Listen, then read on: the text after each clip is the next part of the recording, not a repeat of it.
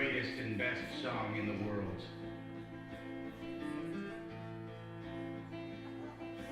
Tribute. Long time ago, me and my brother Kyle here, we was hitchhiking down a long and lonesome road. All of a sudden, there shined a shiny demon in the middle of the road. And he said, "Play the best song in the world, or I'll eat your soul."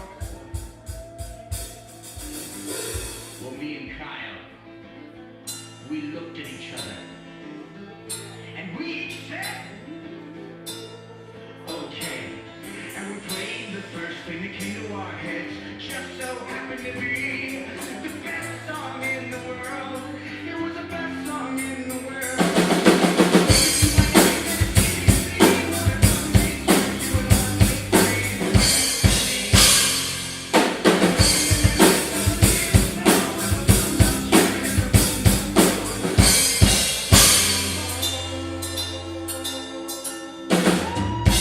Needless to say, the beast was done.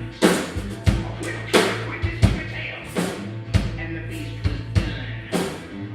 He asked us, "Do you angels?" And we said, "Nay, we are men."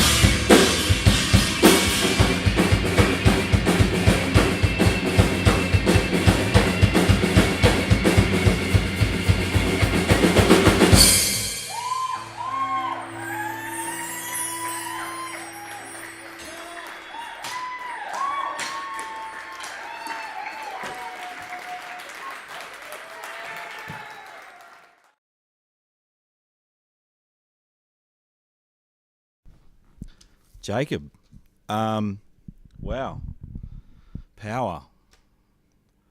Those tree trunks you were using, amazing. I mean, I don't think I've ever seen a drummer use sticks that big. And no, seriously, and that's what you get. You get that massive sound that you had. And for that music, speciale. That was great. Okay, it was perfect. They were perfect for that. So when you had the band on stage, it was great because it showed us the potential for your interaction with your fellow musicians, which, you know, I didn't doubt at all. But so it was really good that you showed that because, you know, that music is, I mean, all music is about interacting with your bandmates, but you can really do a lot with that sort of genre of music. And it just straight up feels good to do it, you know, with, you know, you're sort of just going unison riffs, unison beats. It's all just one big sort of homogeneous sort of bubble of music. I thought that there was a couple of instances where your transitions. My main thing with your drumming is your transitions.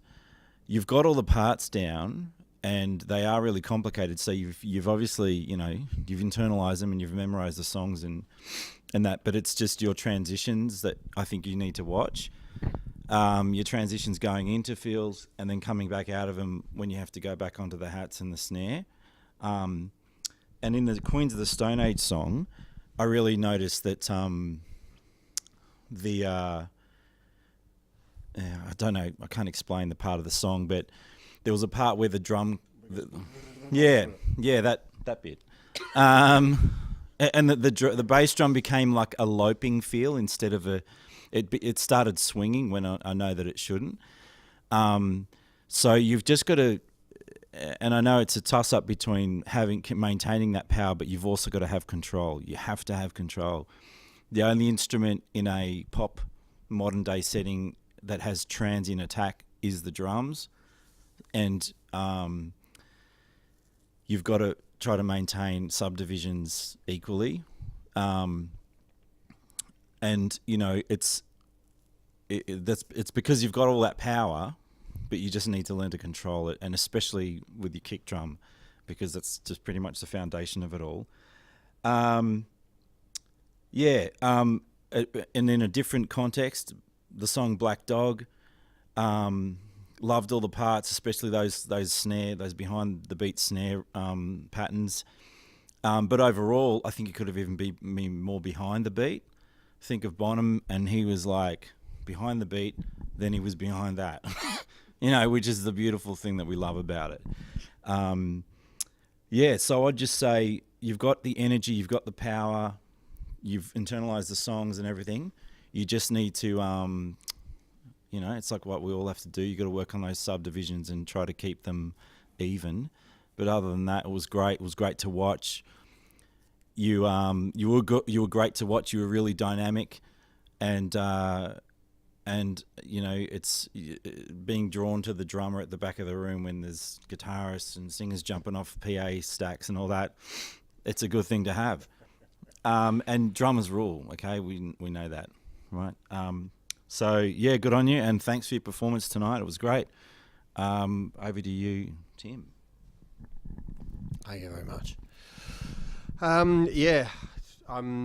Ed's put all of that very technically, and he's the guy out of us two that probably works the closest with drums, and so he's got all that technical lingo. I really go off feel, and listening to you play, because I've worked with a lot of drummers in a lot of different situations over my life, and I feel like if I was playing with you, I would always feel like I needed to speed up.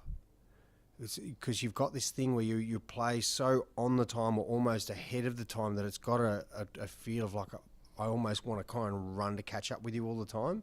And it's only a feeling. It's not like you actually speed up. It's not like your timing actually speeds up. But I would feel like that with you for some reason. I don't know if that's not even a technical explanation. But I think it's that thing about laying back a little bit just on the groove. And it's just a feel. It's just microseconds. It's just back off the beat a little bit. I think that would really help with the feel. And I picked up a few similar things as Ed, just with groove, the timings within the timings, the little rolls, the ride work that kind of had an odd groove to it for some reason where it shouldn't have, or the kick pattern kind of went out with the groove of the song and stuff like that. You were playing the right amount of notes in the right sort of places and all that sort of thing, but it was all about the feel. Just keep working on that. I mean, obviously if you don't know that you're a great drummer, then you should know that you are a very proficient drummer. We've marked you really highly on your skills, so we're just trying to give you some things here to maybe refine that a little bit further and turn you into an awesome drummer. Cool. Thanks for the show, man. It was awesome. Rock out.